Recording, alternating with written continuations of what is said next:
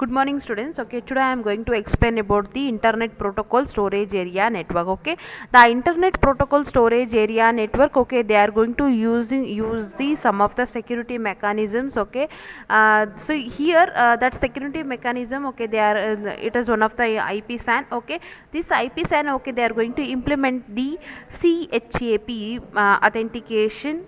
Okay, that like what is the CHAP authentication means? Okay, change handshake authentication protocol. Okay, see that change handshake authentication protocol. Okay, basically it is one of the network adaptation protocol. Okay, they are going to use for the both client as well as the destinations, or it may be a target. Okay, here okay, like the client as well as the like destinations. Okay, they are going to like establish, they are going to making the communications. Okay, based on the secret key.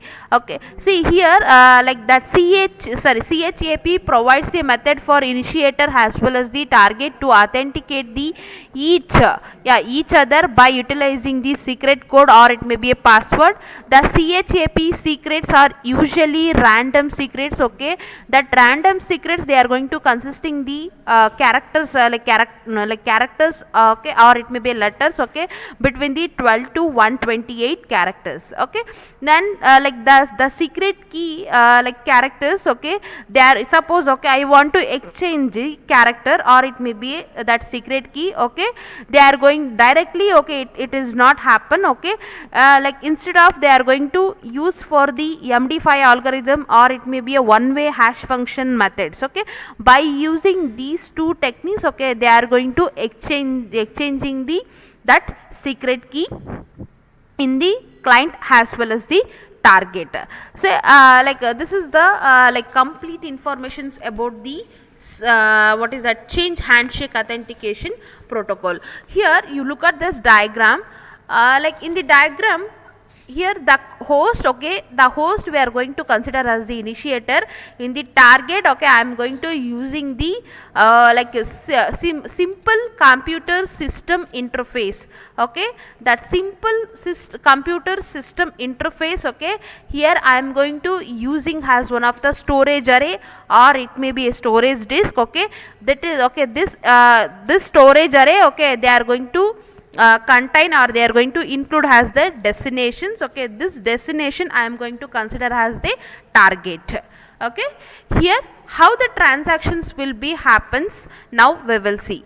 See, in the host, or it may be a client. Okay, initially the client has to send the request to the target, or it may be destinations. Okay, by using their login credential. Okay, the client login credential. Okay, it's having the username as well as the password. Okay, if the valid username as well as the password, okay, it is going to enables, then only the target has to send the send the initiator to the change handshake authentication protocol challenge. Okay, that change handshake authentication protocol challenge, what it will do means, okay, once the target, okay, they are going to send back the acknowledgement to the initiator. After that, okay, they are going to share the secret key as well as, okay, they are going to calculate that particular value by using the one-way hash function, or it may be a MD5 algorithm.